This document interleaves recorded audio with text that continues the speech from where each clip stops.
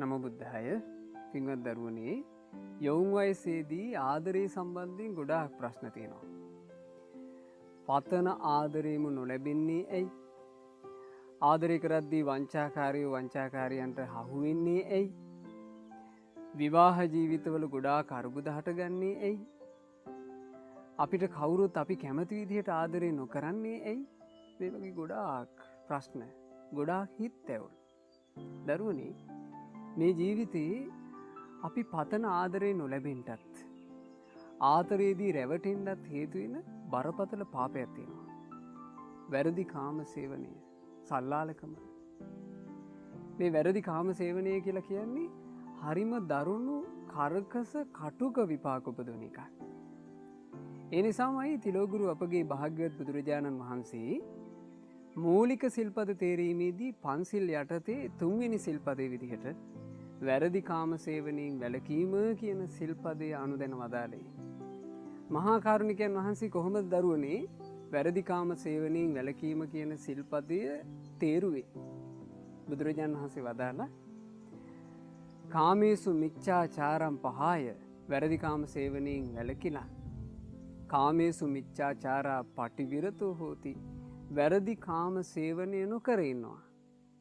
යාතා මාතු රක්ඛිතා, මව් යටතේ රැකෙන, පිතු රක්ඛිතා, පියා යටතේ රැකෙන, මාතා පිතු රක්ඛිතා, මව්පියන් දෙදෙනාම යටතේ රැකෙන, බාතු රක්ඛිතා, සහෝදරයා යටතේ රැකෙන, භගිනී රක්ඛිතා, සහෝදරිය යටතේ රැකෙන, ඥාති රක්ඛිතා, එහෙමත් නැත්නම් ඥාතීන් යටතේ රැකෙන, ගොත්ත රක්ඛිතා, කුලගොත් යටතේ රැකෙන, ධම්ම රක්ඛිතා, එහෙම නැත්නම් ගුණදහම් යටතේ රැකෙන, සස්සාමිකා, ස්වාමි පුරුෂයෙක් යටතේ රැකෙන, සපරි දණ්ඩා, විවාහ ගිවිසගෙන සිටින, අන්තමසෝ මාලා ගුණ පරික්කිත්තාපි, අඩු ගානේ විවාහයේ පිණිස මල්දාමයක් පළඳවලා වෙන් කරලා ඉන්න යම් ස්ත්‍රීන් ඉන්නවනම් ඒ බඳු ස්ත්‍රියක් සමගවත් තථා රූපේසු න චාරිත්තං ආපජ්ජිතා හොಂತಿ, වැරදි ඇසුරකට යන්නේ නැහැ.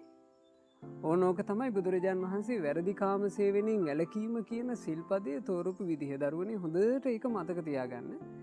මොකද ඒක මතකේ තියාගත්තේ නැත්නම් එක එක්කෙනාගේ මතිමතාන්තරවල අපි අතරමං වෙනවා. වැරදි කාම සේවනය කියන දරුණු පාප කර්මය නිසා සසර ගමනේ ගොඩාක් විඳවන්න සිද්ධ වෙනවා.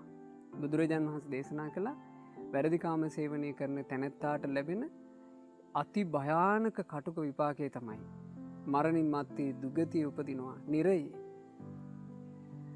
ගිනිදැල් වලින් වෙලෙන අවීචි මහා නරකාදී ඉපදිලා අනන්ත අප්‍රමාණ දුක් විඳලා ආයේ ඉහළට එනකොට තිරිසන් ලෝකෙ උපදින්නේ.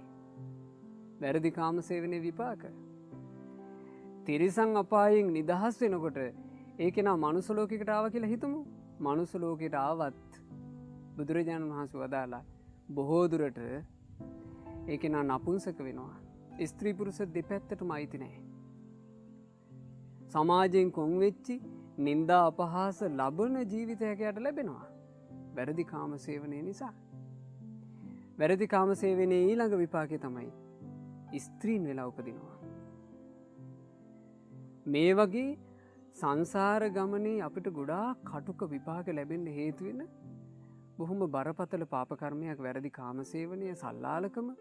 වර්තමානයේ වෙනකොට ඒක මේ සමාජයේ දරුවනේ ගණන් ගන්නේ නැති එකක් වගේ මට්ටමට ඇවිල්ලා. නමුත් මේ දරුවෝ බුද්ධිමත් වෙන්න, හොඳට තමන්ගේ ජීවිතේ රැක ගන්න කල්පනා කරන්න. හිතන්න, ඔබට ඔබේ ආදරේ ඉස්සරහා යම් කෙනෙක් වංචා කරනකොට ඔබට රිදෙන්නේ යම්සේද?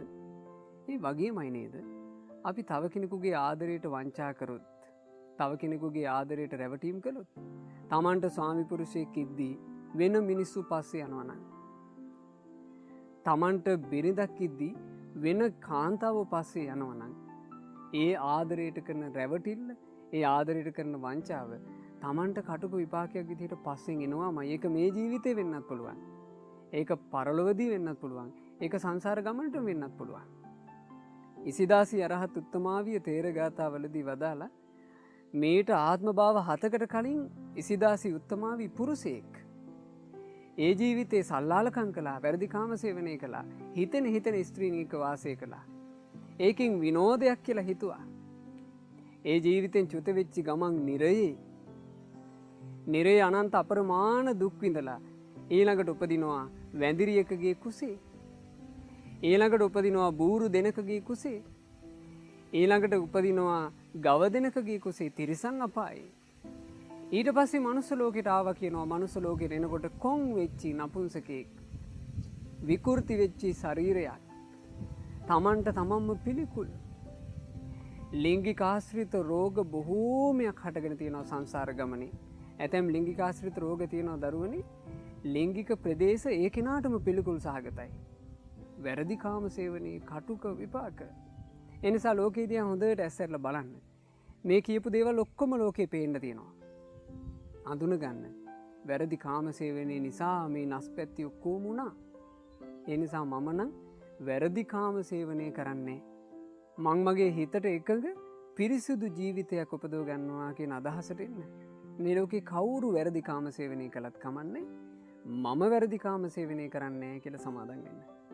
මේ දරුවා හැමදෙනාට වැරදි කාම සේවනයෙන් වැළකුණු පිරිසිදු ජීවිත ගත කරන බුදුරජාණන් වහන්සේගේ ශ්‍රාවක දූල පුතාල බවට පත් වෙන්න වාසනාව ලැබේවා.